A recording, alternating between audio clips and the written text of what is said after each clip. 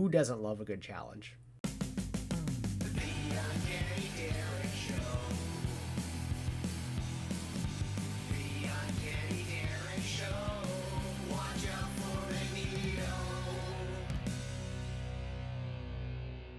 What's going on, collectors? So just to keep it brief, this is kind of a spur of the moment video. Up and Adam Comics, fellow YouTuber. Adam is a wonderful artist as well. If you don't follow his channel already, please do so. He has done incredible work for this community, just doing various different art pieces for various YouTubers. He has created the Lyle challenge, and what this is quite simply somebody he knows who has thousands and thousands of comic books. He wants us to stump him, and to do so we have to pull 10 books, preferably between the 1970s to 2000, and see if he has them, because apparently he has so many comic books. We just want to kind of see where he is in the scoreboard. Now, the books I don't have a lot of obscure books, so I'm gonna do the best that I can. Some of these books are also kind of hiding in plain sight, so I may win on a technicality with that, even though they're not that popular. But without further ado, let's just get right into it. So my first book is going to be Too Much Coffee Man #1 by Shannon Wheeler. This is from 1993. This was by Adhesive Press. This is the first printing, so I love Shannon Wheeler. I love Too Much Coffee Man. Lyle, if you have this, let me know. This is obviously like one of my favorite books to show off too, so just any chance I can have to show off Too Much Coffee Man #1, here we are. This next book is by Eclipse. It was done by Adam Warren, and this is actually the second series. So there's the first one, and then this is Dirty Pair Part 2. And this is from 1989. So Adam Warren art. This is from the light novels of Dirty Pair. They went in from light novels to, I think it was manga, then to comics, or maybe there was a TV series. I know there was a TV series, but I don't know if that came before or after the comics. But do you have Dirty Pair #2? Dirty Pair 2 #1. Let me know. This next book I've actually had up on my wall for quite some time, and it's not a #1, it's Death Rattle #8. But what's notable about this book is that it is the first appearance of Xenozoic Tales, which is the first story or appearance of Cadillacs and dinosaurs.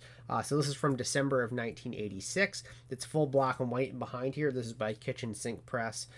So Lyle, do you have Death Rattle? This next book is one I just picked up recently.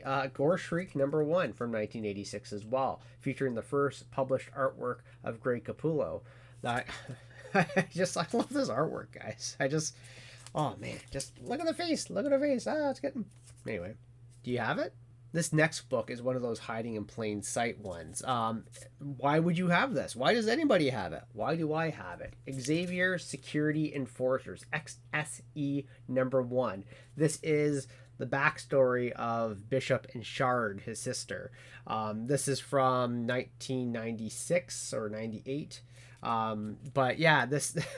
Why would you have this? This is one of those ones where it's like, it's not an obscure book, but it's so, like, at the time, the 90s X-Men, everything X-Men was just getting thrown to the walls.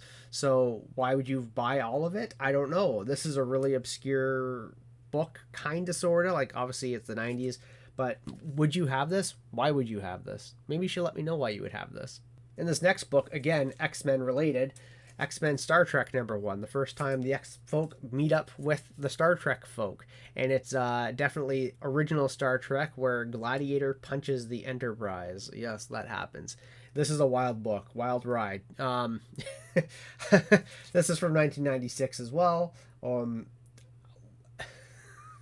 This book is insane. A lesser-known book from the DC universe, Time Masters #1.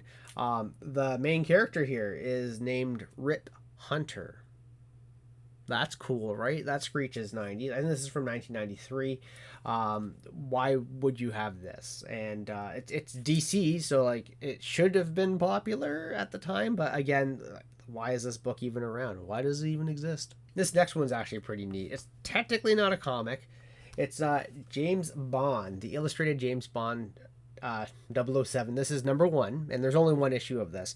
This was released in 1981, and it is the James Bond fan club published this. And what it is actually all of Ian Fleming's strips, of Diamonds Are Forever, Dr. No, and From Russia with Love. They are all printed in here. So, I mean, this is, I'm going to, if you don't have this, I'm not going to blame you. But this is just a really cool James Bond book. There's only the one of these that do exist. This is the one printing, and they never did a second issue after this. I'm curious if this would be something in your collection. The second last book here, it's a newer one. I know it's 2008, but it is pretty obscure. This is Scott Pilgrim, full color with odds and ends. This is a Scott Pilgrim book that was only available, I think, through mail-in. So Adam, I know, gave the rule of to the year 2000. Would this be something that is outside of your wheelhouse? Regardless if it is or not, this is a pretty obscure book in my collection, and again, I just love to have a reason to show this one off. And lastly, this last book is something I found at a thrift store, and I only paid $8 for it in Canadian, so that's like probably $5 American. At least it was at the time. It's Action Comics number. I know, guys. Hang on. This is the sleeping bag edition. So on the back of this has the ad for the sleeping bag. This is a reprint from 1976. It's not the actual Action Comics number 1 that I bought for $8 Canadian. No. This is the sleeping bag edition of Action Comics number 1. This is an oddball book. It only is 16 pages. It reprints just the first story of Superman from Action Comics number 1, and that's all it is, just the 16 pages. And the first flap and the very back page, or the back of the book here, is the sleeping bag ad, giving it the title Sleeping Bag Book.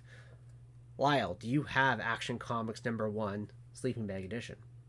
So those are the 10 comics that I have, my obscure book, so to speak. Let me know how I did, Lyle. And if anybody else wants to jump in onto this, there is the hashtag that I'm going to have here in my video description. Follow Up and Adam on YouTube, also on Instagram as well. And see you guys in the next video. Thanks so much for watching.